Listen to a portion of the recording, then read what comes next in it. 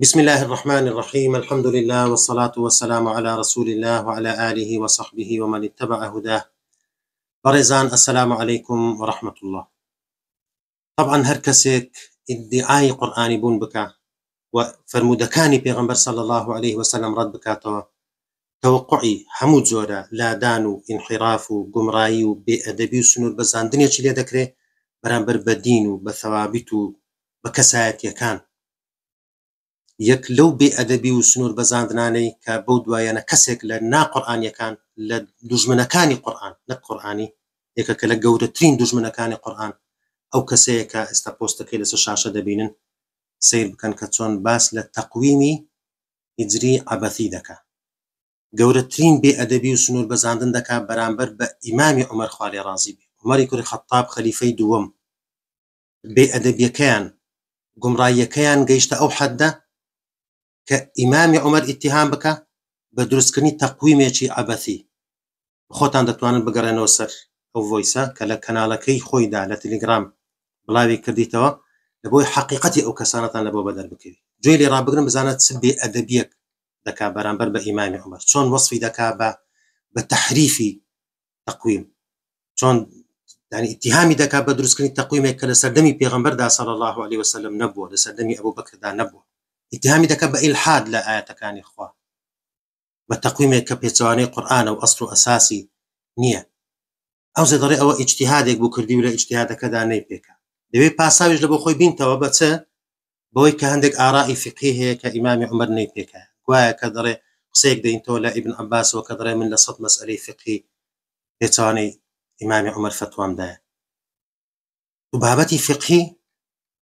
اختلافاتی فقهی و ڕاجیایی فقهی لە نێوان سەحابە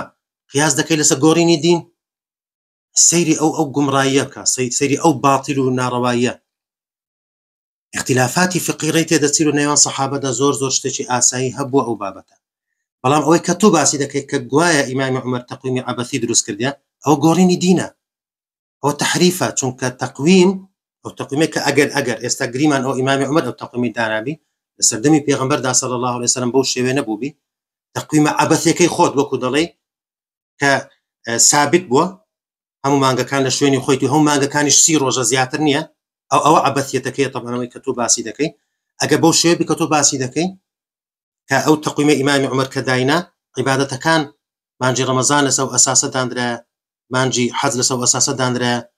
کەواتە عیبادەتەکانی گۆڕی، کەواتە دینی گۆڕی، کەواتە ئیمامی عومەر نەعوذ بالله پەنا بەخوا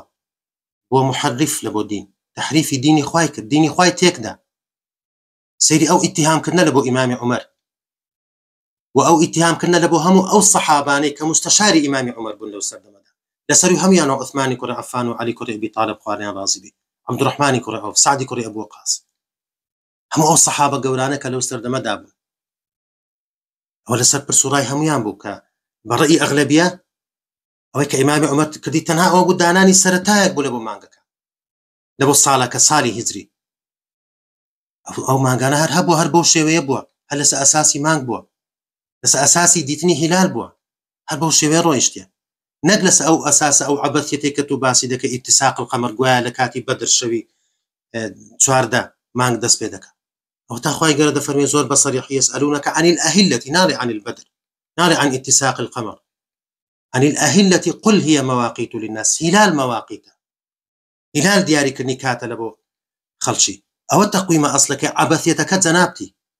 بێئەدەبی گومڕاییەکە جەنابتی کە دەیکێ بەرامبەر بە سەحابە، بەرامبەر بە ئیمامی عومەر و ئەو سەحابانەی کە لەو سەردەمەدا لە ژیاندا بوون و ئەو سەرەتایەکیان دانە لە بۆ ساڵەکە هەر ئەوەندەیە. گەنا 12 مانگەکە ئین عیدەتە الشهور عند الله 12 شهرا، ئەوە هەر هەبووە، بەڵام پێویستیان بۆ بوو کە تاریخ دابنێن، کە نامەیان دەنات لە بۆ پاشایەکان و مەلیک و والیەکانی ئەو سەردەمە، ویستیان بیدایەتی ساڵ دیاری بکەن، بە ساڵی هیجرەت دیاریان کرد. هیجرەتەکەش ڕاستە لە مانجی ڕەبیع بوو، ڕەبیع الأول، بەڵام وتیان ڕەئیان وا بوو کە لە مانجی محەڕەمدا نیەتی پێغەمبەر صلی الله عليه وسلم وا بوو کە لەو کاتەدا هیجرەت بکات و محەڕەمیش لە دوای تەوابوونی مەوسیمی حەج لەبەر ئەویان بە یەکەم مانگدانە لە مانگەکانی ساڵ. خۆی مانگەکانی ساڵ هەبوو بەڵام دیار نەکرابوو کە کامە یەکەم مانگە. ئەوە بۆ ئیمامی عومەر کردی تەنها ئەوەندە بوو، نەک بێت تەقویمی عەبەثی دابنێ، نەک بێ مانگەکان بگۆڕی، نەک بێ گوایە ثابت بووە جێگیر بووە وەکو ئیدعا ناڕەوا و دەجەل و درۆیەکەی تو گوایە ثابت بوو بی بەخۆی جێگیر بووە بەڵام ئیمامی عومەر هاتبی کە گۆڕیبی لە بۆ ئەوی بەسەر هەموو کات و وەرزەکانی ساڵدا بسوڕێتەوە. ئەوسە طبعاً بەڕێزان ئیتیهامیشی دەکا بەوەی کە گوایە کعب الأحبار دەڵێت جوولەکە طبعاً ئەوە بێزگەلەوەی کە ئیتیهامی کعب الأحبارش داکە بەوەی کە جوولەکە بووە بەڵێ پێشتر جوولەکە بوو بەڵام بوویتە موسڵمان بەڵام ئەو هەر ئیتیهامی دەکا بەوەی کەسێکی جوولەکەیە دەڵێ لەسەر پێشنیاری ئەو بووە ئەو پێشنیاری لە بۆ ئیمامی عومەر کردی دەڵێ ئەوە شتێکی یەهودی بوو جوولەکە بوو کە داخلی تاریخی مسلمانان بوو سەیری ئەو بێئەدەبیە سەیری ئەو گومڕاییە ئەو لە کاتێکدا کعب الأحبار وەکو ڕەئی هەیە کە دەڵێ خۆی لە ساڵی 17 مسلمان دەبی کە هەمان ئەو ساڵی کە تێیدا ئەو تەقویمە دانرا کە ئەو هیچ ئەسڵ و ئەساسیشی نییە یەک بەڵگەشی پێێنێ تەحەداشی دەکەم کە کعب الأحبار ئەسڵەن ڕەئی هەبوو بی لەو بابەتە یەک ڕەئی پێ نییە من خۆم گەڕام یعنی تەنها لە یەک لە پۆستەکانی شەحڕوریە گومڕاکان لە فەیسبوکدا قیلە دەرێ باسی قیلێک دەکرێت کە کعب الأحبار دەوری هەبووە لە لابردنی نەسی مانجی نەسی ئەوەی کە ئەوان باوەڕیان پێ هەیە کە دەڵێن مانگێک دەبی زیاد بکرێ 3 ساڵ جارێک مانگێک زیاد بکرێت لە بۆی مانگەکان سابت بوو لە جێی خۆیدا نەگۆڕێ بۆ یەکە کە تەوان لە خلافات و لە ڕاجیایەکانی خۆیان چون هەندێکیان پێیان وایە و نەسی دەبی بەردەوام بی هەندێکیان دەڵێن نە هەر بە خۆی سابتەوە و هەموو مانگەکان هەر یەکە 30 ڕۆژە و هەر یەکە لەش لە شوێنی خۆیتی يعني ئەوە بەڕاستی حەزم کرد ئەو ڤیدیۆ بکەم بەس لە بۆی ئاگادارتان بکەمەوە بەڕێزان کە بزانن ئەو کەسانە کاتێک کە ئیدعای قورئانی بوون زانن چ کێشەیە کە چ موسیبەتێکە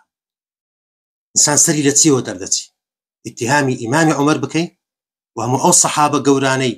عەشەرەی مبەشەرە کە لەو سەردەمەدا مستەشاری ئیمامی عومەر بن ئیتیهامیان بکەی بە گۆڕینی دین ئێستا تو بتەوێنێتەوە هەر چەند مبەڕی لە بۆ خۆت بینیەوە اتهامی صحابت کە بۆی کە دینیان گۆڕی ئیمامی عومەر دینی گۆڕی بەلای تو نعوذ بالله داواکارم لە خوای گەورە ئیمامی عومەر بوو تەخەسمت لە ڕۆژی قیامەت خوای گەورە خۆی انتقامی ئیمامی عومەر لە تۆ وەربگریتەوە و انتقامی ئەو سەحابانەی تر کە لە سەردەمی ئیمامی عومەر دابوون کە ئەو تەقویمەیان دانا سەرەتایەکەیان دیاری کرد هەر ئەوەندە بوو